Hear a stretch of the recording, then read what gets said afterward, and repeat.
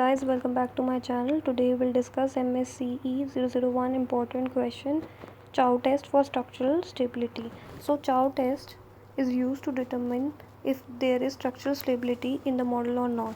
For this purpose we divide the data into two parts. तो इसके लिए हम डेटा को दो पार्ट में डिवाइड करते हैं. One before the change period, एक जो चेंज पीरियड से पहले का होता है, दूसरा आफ्टर द चेंज पीरियड जो चेंज पीरियड के बाद होता है.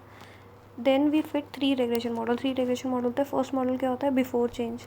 तो first model is on before change data, second model is on after change period data, और थर्ड मॉडल होता है पूरे इंटायर डेटा में. जो थर्ड मॉडल है उसको हम पूल्ड रिग्रेशन भी बोलते हैं, क्योंकि उसमें पूरा डेटा होता है, तो उसको हम पूल्ड रिग्रेशन बोलते हैं. ठीक है. Chow test is conducted on the following assumption. तो चाउ टेस्ट की कुछ एजम्पशन है. पहला है U1T follows a normal distribution with mean 0 and variance sigma square. तो U1T represents error term. ठीक है. Similarly U2T, that is error term, follows a normal distribution with mean 0 and variance sigma square. So इसमें लिखा है the means of error term of two period are normally distributed. 1 denotes period 1, 2 denotes period 2. 1 is before change, 2 is after change. ठीक है. दोनों ही periods का जो error term है, that is before और आफ्टर का, वो जो मीन है वो ज़ीरो होता है और नॉर्मली डिस्ट्रीब्यूटेड है और उसका मीन ज़ीरो है, और वेरिएंस सिग्मा स्क्वायर, और दोनों की वेरिएंस होमोस्केडास्टिक है. दूसरा, the error term U1T and U2T are independently distributed, that is covariance of U1T, U2T is equals to zero. Now steps देखो, और अजम्पशन में हमें सिंपल लीनियर रिग्रेशन लिया है. ठीक है. स्टेप्स देखो. फर्स्ट है fit the regression model on the before change period data and find RSS. ठीक है. और उसे हम RSS 1 बोलेंगे with degree of freedom N1 minus K. So YT is equals to β1 plus β2 XT plus U1T. फिर हमें fit करना है regression on post change period data, और फिर फाइंड करना है RSS 2. फिर फाइंड करेंगे RSS, जिसे हम RSS 2 बोलेंगे with degree of freedom N2 minus K. So YT is equals to α1 plus α2 XT plus U2T. फिर हम अनरिस्ट्रिक्टेड RSS ढूंढेंगे. Unrestricted RSS nothing but RSS 1 plus RSS 2. फिर एस्टिमेट करेंगे हम पूल्ड रिग्रेशन, और फिर फाइंड करेंगे RSS and we call it RSS R, that is restricted RSS with degree of freedom N1 plus N2 minus K. तो जगह YT is equals to γ1 plus γ2 XT plus VT. फिर हम setup करेंगे hypothesis. देखो H0 है, that is null hypothesis है कि structural stability है, दैट इज़ कोई स्ट्रक्चरल चेंज नहीं है. H1 है, ऑल्टरनेटिव हाइपोथेसिस है कि स्ट्रक्चरल चेंज है. फिर 6 स्टेप है, हम कंप्यूट करेंगे test statistics, that is F is equals to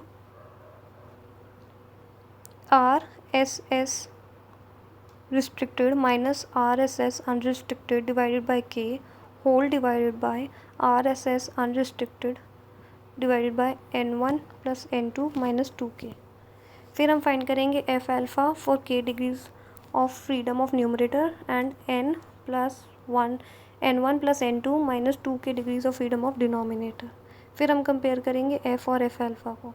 अगर F की value less than F alpha है तो हम डू नॉट रिजेक्ट करेंगे H0, बट अगर F की value greater than F alpha है फिर हम रिजेक्ट करेंगे H0. एक एग्जांपल के थ्रू एक्सप्लेन करती हूँ. अगर हमें RSS 1 दे रखा है 1785.03 और RSS 2 दे रखा है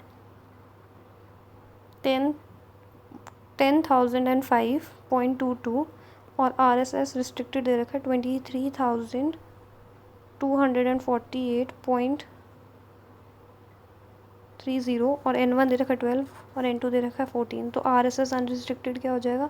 RSS 1 प्लस RSS 2 मतलब 1785.03 प्लस 10,005.22. टोटल प्लस करके RSS अनरिस्ट्रिक्टेड आ गया 11,790.25.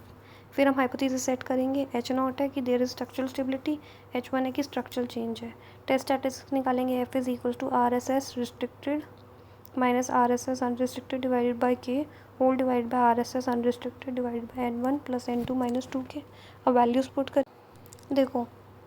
RSS रिस्ट्रिक्टेड की वैल्यू 23,248.30 माइनस RSS अनरिस्ट्रिक्टेड निकाला 11,790.25 डिवाइडेड बाई 2 के 2 है. Divided by 11,790.25 divided by n1 plus n2 हो गया 12 प्लस 14 26 माइनस 2 के 2 इंटू 2 दैट इज़ 4। ठीक है, फिर उसको सॉल्व करेंगे, f को सॉल्व करके f की वैल्यू होगी 10.06। Degrees of freedom of numerator कितना है 2 which is equal to k which is equal to 2। Degree of freedom of denominator क्या होगा n1 plus n2 minus 2k that is 22। अगर अल्फ़ा हम 1% ले रहे हैं तो f of 0 at f alpha की वैल्यू निकालेंगे तो f at 0.01 given 2 degrees of freedom of numerator and 22 degrees of freedom of denominator, we get a value of 5.72। Given f की value greater than f alpha है तो हम reject करेंगे null hypothesis h not को। That means हमारे पास evidence है कि there is a structural change. So that was it for chow test. Thank you guys. Do like, share and subscribe my channel, and do comment which next topic you want me to prepare a video for you guys. Do subscribe my channel. Thank you.